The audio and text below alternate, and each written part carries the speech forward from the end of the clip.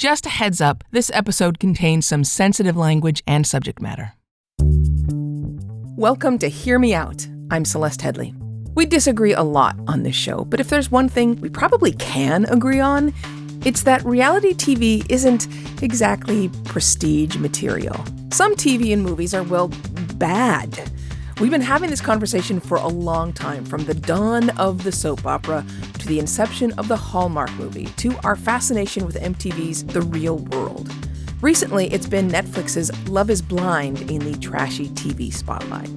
In our landscape of endless streaming options and peak TV, we still choose to watch the bad stuff. But could the bad stuff ever actually be good for us? They are not just escapism. They are not just fun. They are actually important, and I'm saying important with a capital I.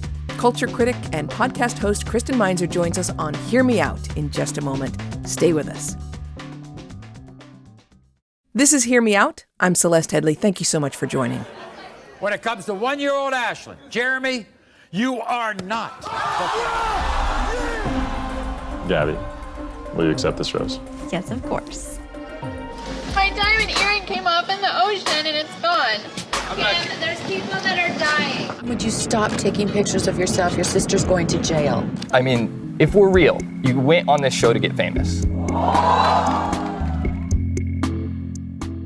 Look, whether we want to admit it or not, some of the things we want are just trashy.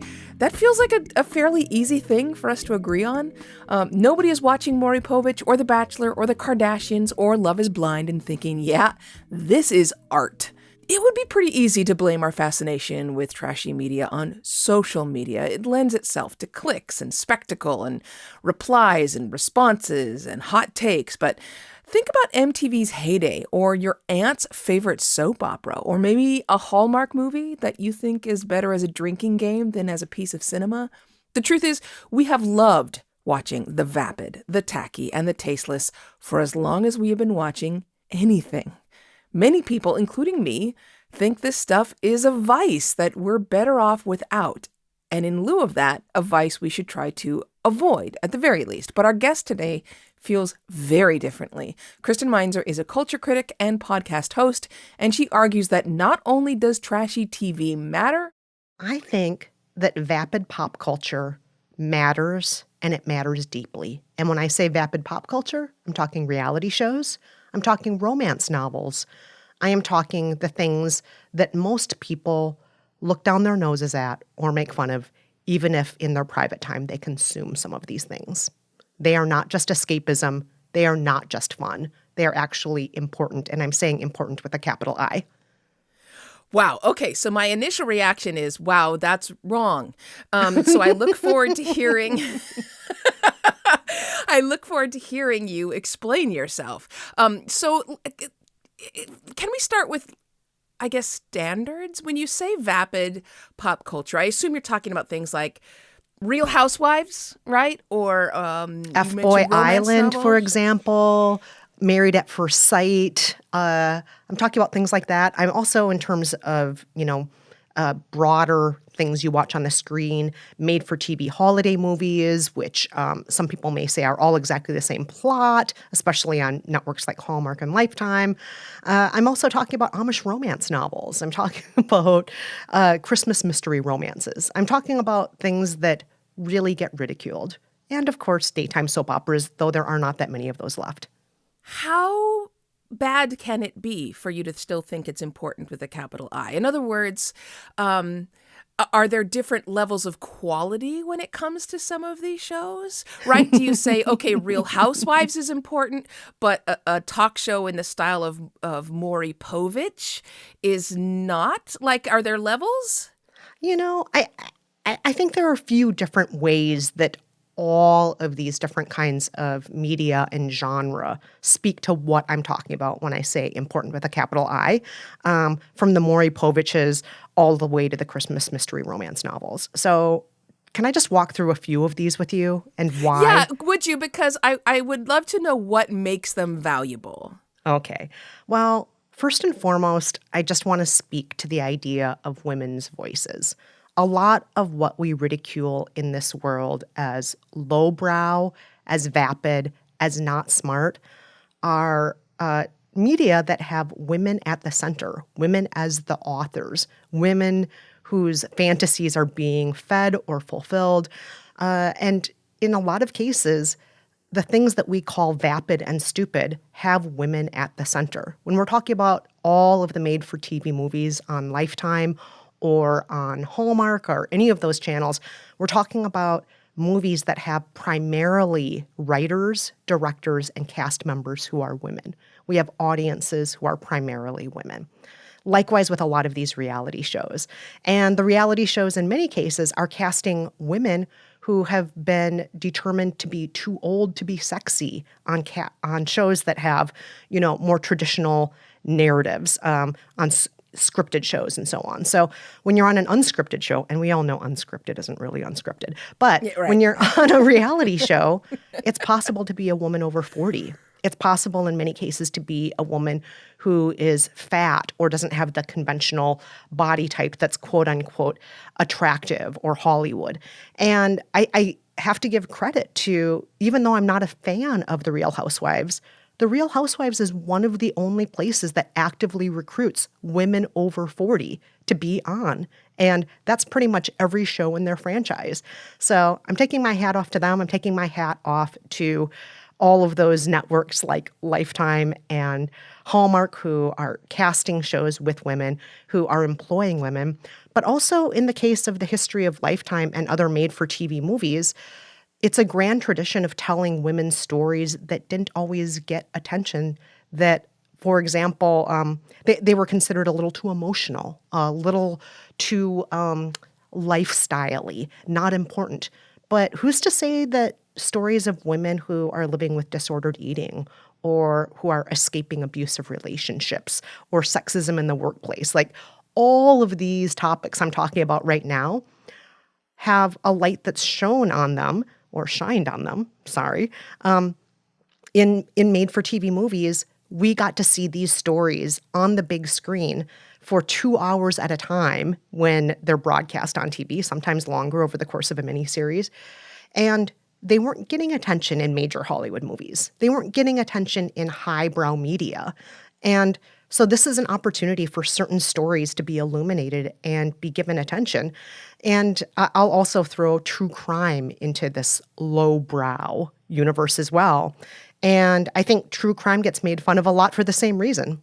I think true crime fans would take umbrage at the idea. They might be offended that you're comparing that to Real Housewives. But that said, that you make a good point, absolutely. But some of these shows are ethically problematic. And not only do we have shows that sometimes are made by men, in other words, the executive producers, the people making money off of them are largely men and very often white men, but some of these shows actively perpetuate and even encourage really damaging stereotypes, damaging lifestyles. I mean, let's take, for example, and so I guess this is me asking whether you're saying that important is the same as good for society. Because let's take a look at Biggest Loser, for example. Mm-hmm. Right? This is a show that nutritionists now say did a huge amount of damage to an already dysfunctional and toxic relationship between Americans and food, right? It perpetuated this diet culture and a really punishing and damaging diet culture that people watching it encouraged them to believe that what they were seeing was healthy, et cetera, right? I don't have to make that case for you. I would say that show was a damage to society. Do you disagree? Oh, I don't disagree, but I think you just brought up something a couple of minutes ago that I think is important to differentiate. Important does not necessarily equal good. In some cases, important is good. It is important to shine a light on certain issues that a lot of media shines a light on. The exploitation of children, for example, has been a huge part of the true crime industry.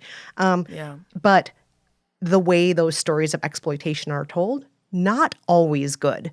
Oftentimes fear-mongering, oftentimes racist, oftentimes feeding into the idea that the only lives that matter are those of precious little blonde girls. So is that good? No. It's important, though, because it is shining a light on certain things that we should know about. Certain people who don't always have voices are given voices in those stories. And, and that is good. And so I would say, important and good, not always the same thing. Sometimes there's a blurry line there. And as far as The Biggest Loser, to go back to that, yes, we all know diet culture is terrible, Celeste. You and I both know for a fact it is absolutely terrible. I'm living it. Yeah. Yes, and we swim in it. And it's impossible to escape. We live in a world with fat phobia, with industrialized food, with a lot of problems that all kind of cannibalize each other and profit off of each other. It's terrible. And I'm not saying any of that's good, but I do think it's important that we have these shows that launch conversations, and the conversations and research that have come out of The Biggest Loser. There are volumes of research that have been done by real legitimate scientists about how diets affect metabolism and so on because of the participants on these shows. We're going to take a quick break, but when we come back, I'll continue my conversation with Kristen Meinzer, and we'll ask, of all the things we could watch, why this? This is Hear Me Out. Stay with us. This show is sponsored by BetterHelp. Getting to know yourself can be a lifelong process, especially because we're always growing and changing. Therapy is all about deepening your self-awareness, and BetterHelp connects you with a licensed therapist who can take you on that journey of self-discovery from wherever you are. For myself, dealing with living in a society that's always pressuring me to do more, I gotta tell you, talking with friends is great, but talking to a professional who can really help me to see things clearly, it is so helpful. If you're thinking of starting therapy, give BetterHelp a try. It's entirely online, designed to be convenient and flexible, so it works with your schedule. Just fill out a brief questionnaire to get matched with a licensed therapist and switch therapists at any time for no additional charge. Discover your potential with BetterHelp. Visit betterhelp.com/hearmeout today to get 10% off your first month. That's BetterHelp, HELP.com/hearmeout. Hi, I'm Nyla Boodoo, host of Axios Today. It's a daily podcast that gives you the latest scoops and analysis to power your day. But we don't just run through the headlines. We provide the important stories you won't get anywhere else. Everything from politics to space to race and justice. So grab a cup of coffee or a cup of tea for me and join me for 10 minutes every morning to get up to speed for the day ahead. You can listen to Axios Today on Apple, Spotify, or wherever you get your podcasts. And we're back. This is Hear Me Out. I'm Celeste Headley. Thank you so much for spending time with us. There is limited time in a day, as we all know. So I asked Kristen Meinzer to explain why anyone would want to spend that time watching bad TV. Sometimes it's fun to turn our brains off. And I think that we should give ourselves permission to do that from time to time. Not everything has to be nutritious. Not everything has to be productive. You should know this as the author of Do Nothing. And sometimes things just are pleasurable and delicious, like s'mores or, crackers or the cheese I just ate for lunch. Not everything has to be nutritious all the time. And also, I would say that maybe, Celeste, it's a little classist to presume that everything should be nutritious all the time. Not everything has to be the Metropolitan Opera. Not everything has to be the Smithsonian all the time. And in some cases, there's an educational or access divide there, or, frankly, an interest divide. Not everybody enjoys reading Shakespeare in their spare time. And that's totally okay. Maybe they don't enjoy reading Shakespeare in their spare time because they were not brought up reading Shakespeare. Maybe because culture evolves and it's okay to instead listen to really, really mediocre rap music instead that you're finding on YouTube. That's fine too.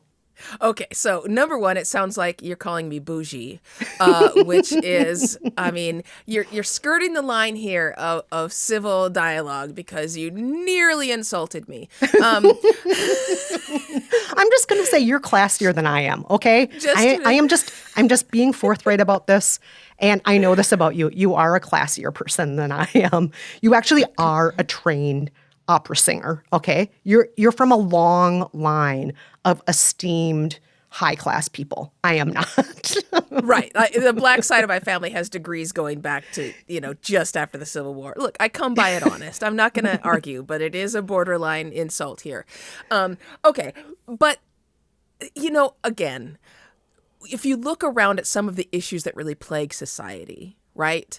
The things in terms of not understanding one another and in terms of being able to curate our lives, what we watch, what we read, what we listen to, so that we only watch things that perpetuate the beliefs we already have, that strengthen even sometimes the biases and stereotypes that we already have. And then you take that into Washington, and it becomes a kind of polarization which really hurts everybody. So, you go to something like The Bachelor, which has been very, very long a majority white show that perpetuates stereotypes about marriage, love, and especially women.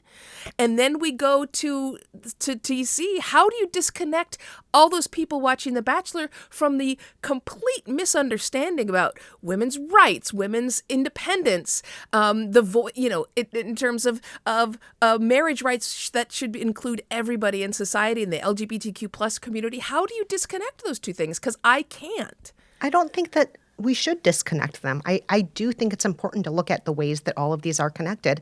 And sometimes the trashiest content that we are looking at is actually examining these issues. I mean, lest we forget, how did we first find out about Donald Trump grabbing women by the pussy? From a really trashy celebrity gossip show. He was caught on a hot mic doing that.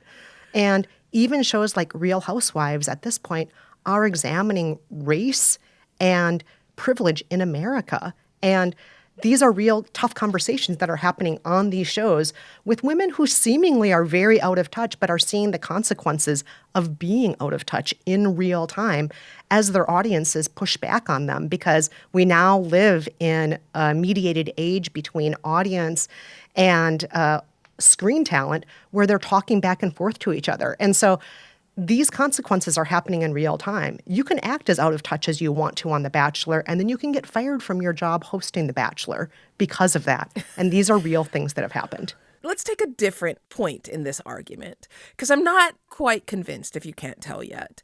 And that is the quality argument, right? Like, we should be encouraging people to be their best selves. We should be rewarding great art, great writing, great cinematography. We should be rewarding that and holding it up, right? We should be encouraging people to appreciate beautiful things. I'm just going to say, Celeste, beauty is in the eye of the beholder. And a lot of things that get dismissed in one era get embraced in the next as the highest, as the best, as the pinnacle of culture. You just were talking about how badly some of these were made. Yes, some of them are. But let me give you an example here. The Beatles, when they first launched, were just considered a group for teeny bopper girls. And they were kind of like the Justin Bieber of their day. People dismissed them, look at them with their shaggy hair, they're a flash in the pan. And now we look back on them as one of the greatest, if not the greatest, pop quartets of all time, right? So it's easy to dismiss content that is designed by or for women and girls. And that is just one instance of it. They were thought of as just vapid and silly, but now we all admire them, or at least I do, and so do a lot of pop culture critics. So I would say they've held their own over the course of time. And I think that they're just one example. This has happened many, many, many times with literature, with art, with musicians, that something that is dismissed in one era can be seen for the greatness that it is later on. And oftentimes, it's stuff that's designed for women. Okay, that, in the best of circumstances, like you're using the Beatles as an example, which means you're going for the ideal example. You know as well as I do, there are plenty of these trashy TV shows and reality TV shows that will not be seen as good in a later era. I mean, no, that's not happening. For I mentioned Biggest Loser. What's the one that had Honey Boo Boo on it, or some of these TV shows? There's no way there's going to be a reconsideration of some of these shows. Okay, Not to mention the fact that there are plenty of these shows and podcasts, frankly, that are created to specifically play to the worst in us, that are created, say, that attract people who are, at least unconsciously, believe in white supremacist notions, men who are the incel movement, misogynists. There are entertainment that's designed to make money by playing into these really awful beliefs everybody have. So you not only have this thing of creating beauty, and again, I say, you know perfectly well, whether you're going to admit it or not, that 95% of this is not going to be considered beautiful later. But then there's the other thing that some of them truly are ugly, that they are commodifying hatred and stereotypes and bias and dangerous beliefs. Absolutely. Some of the stuff that I love most in the world does that. Like, I will confess, in another era, I couldn't turn away from watching 19 Kids and Counting, back when it was 14 Kids and Counting, the Duggars. I watched it, but there is something to keep in mind, Celeste, that audiences are much smarter than I think a lot of people realize. Was I watching it because I wanted them to proselytize to me about the Christian patriarchy movement, because I wanted to be like them? Or was I watching them more because it was so different to me? It was like visiting a zoo. It was fascinating. It was giving me insight into something that actually was and is a major political movement in America, the Christian patriarchy movement. And this show was a way to get a little glimpse of what that was. And so for me, it wasn't a way for me to be converted into that way of thinking. And I am guessing most people who watch Sister Wives are not watching that show because they also want to be part of a Mormon patriarchy movement and be a sister wife themselves. I am guessing most people are not watching Honey Boo Boo because they want to enroll all their daughters and nieces and nephews in the pageant scene. I don't think that most of us are watching these shows thinking, I want to be converted to that way of thinking. Do you think everybody is as sophisticated and well-educated about this as you are? Do you really think that the majority of the audience is making the kind of nuanced distinctions that you are? Or are some of them seeing that as confirming what they already believe? I think there is a mix, but I mean, these shows I just mentioned here are all TLC, and the TLC network, I'm not sure if you know the shorthand, but a lot of the viewers refer to it as the Leering Channel, not the Learning Channel. And so the fact that, within popular culture, a lot of people call it the Leering Channel makes me think that the majority of people watching are not watching because they want their beliefs confirmed. I'm sure some of them are. I'm sure there are people who watch 19 Kids and Counting and think, I want 19 kids. And then I want each of my 19 kids to have 19 kids. And I like the idea of being a stay-at-home mom. And I like the idea of my husband being in charge of the finances. I'm sure there are a very small number of viewers who that appeals to them. And there's something really wholesome about watching a family, make do, trying to provide for that many people. And there's something about that I'm sure some people really enjoy just on its own terms. But I also think a lot of people are watching because they're thinking, oh, goodness. Oh gosh, what is this all about? Is watching this kind of content, as Kristen says, wholesome? We'll unpack that after this quick break. This is Hear Me Out. Stay with us.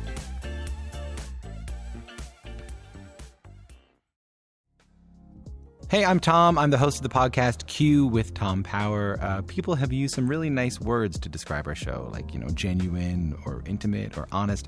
Honestly, I think the best word to describe our show is real. Just real conversations with really incredible artists. Sometimes they're funny, sometimes they're deep, but we try to always make them real. So if you want to hear some of your favorite artists be, real, check out our podcast, Q with Tom Power, available now on CBC Listen or wherever you get your podcasts. Hey there, Hear Me Out listeners. If you're looking for another show committed to open, unique conversations, check out Slate's podcast, How To, hosted by me, Amanda Ripley, and my co-host, Carvel Wallace. Over on How To, we do advice a little differently. You tell us your toughest questions, and then we scour the planet looking for answers from the wisest people we can find. Then you get to come talk to the expert directly on the show.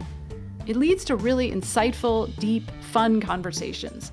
Lately, we've tackled everything from how to fix the news to how to talk politics with your parents without losing your mind. Even how to beat your hidden biases, which featured the one and only Celeste Headlee. When you don't know where else to turn, How To is here for you. Check out Slate's How To wherever you listen.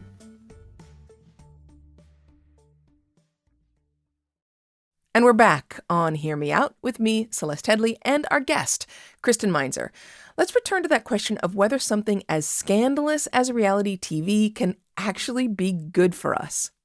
I think that it's unfair to somehow put the onus on reality TV as if there's more corruption there than any other seat of power in America or seat of entertainment. Because scratch the surface of the music industry, of the film industry, of politics, as I said, you're going to find corruption and problematic people in all of these places where power, fame, and money meet.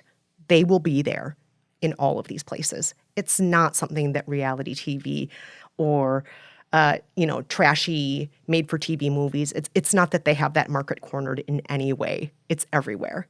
There's also the danger involved and the number of people who've been injured, sometimes quite seriously on some of these reality shows, especially the ones where they're put through physical, really strenuous tasks or dangerous tasks. You're okay with that people are doing that just so they can be on TV?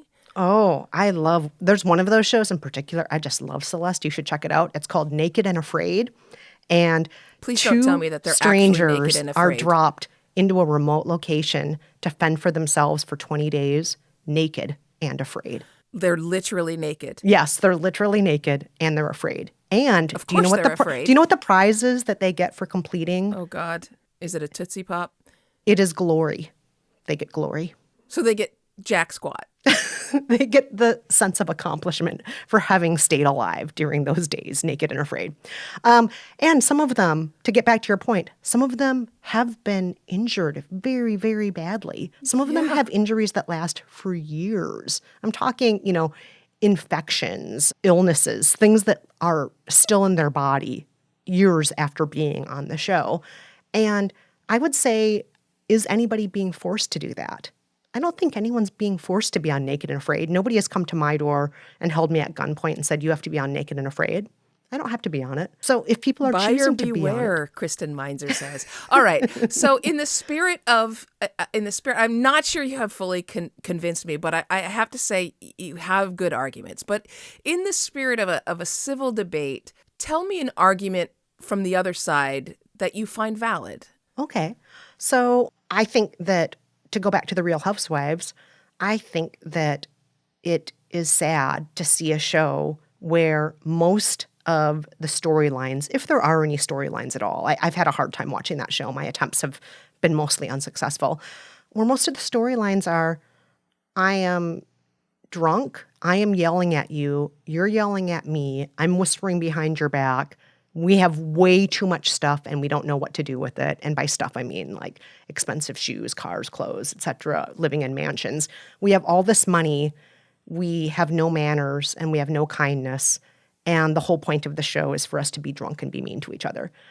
And that makes me sad because I don't know women who are like that. And there are probably people in the world who watch that show and say, oh, that's the way women are. I'm sure there are probably a few people out there who watch the show and it's confirmation bias for them. Like, oh, women are the worst, drama, backstabbers. They all compete with each other. They're not to be trusted. And it's like, that's not true. You and I know that, Celeste. You and I love women. Women are great. Like that's they are. You're great. Yeah. So I do think that in my ideal world, that would not be the storyline that has to be pushed. But people I know who watch the show religiously and who love it say that if I gave it a chance, I would see that it's comic gold. And a lot of what they're doing is poking fun at certain stereotypes of how women interact with each other, that they are essentially playing up the whole dynasty idea, but taking it to 11. And I'll be real with you. Back when I was a little kid, my Nana and I would watch Dynasty together and cheer when, Alexis and Crystal would pull each other's hair. We totally enjoyed that when I was a little kid. And if this is just an amped up version of that with some comedy thrown in that also gets to employ women who are in their 40s, 50s, and 60s, then, have at it. And while I don't want to see women who are quote unquote real women fighting with each other and getting drunk and that's their whole shtick, I can see that if we can look at them as essentially actors, they are actors on reality shows and they are not really unscripted, they are scripted, that maybe it can be enjoyed in the same way that Dynasty was back in the day. What entertainment is widely available that you think is bad? I'll take all the trash TV. I will take all of these shows that we're making fun of right now. I'll take those.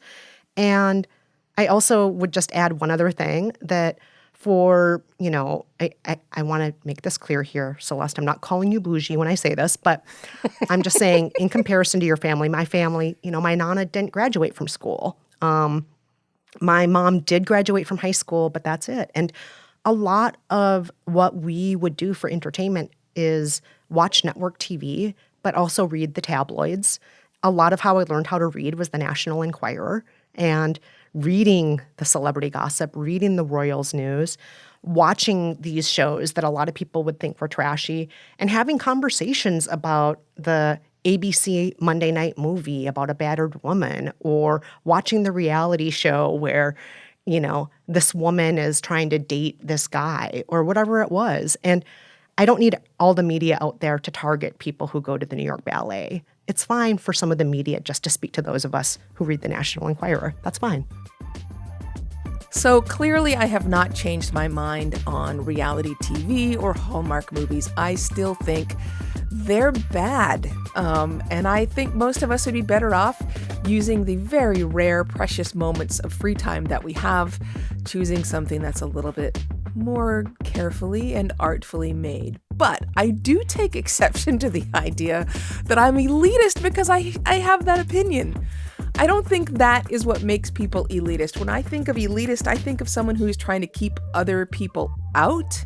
The standard definition of elitist is someone who thinks society should be led by the most intelligent, the wealthiest. And I definitely do not believe that at all. I think there are lots of low-budget TV shows and movies that are actually very well made, well written, well made, well acted, all those things. So yeah, I get she's joking, and I love Kristen, but I don't think I'm an elitist. In any case, thanks once again to Kristen for joining us. You can find her on Twitter at Kristen Meinzer, Slate at Slate, and me at Celeste Headley. Let us know what you think, and what trashy TV, if any, do you watch and love?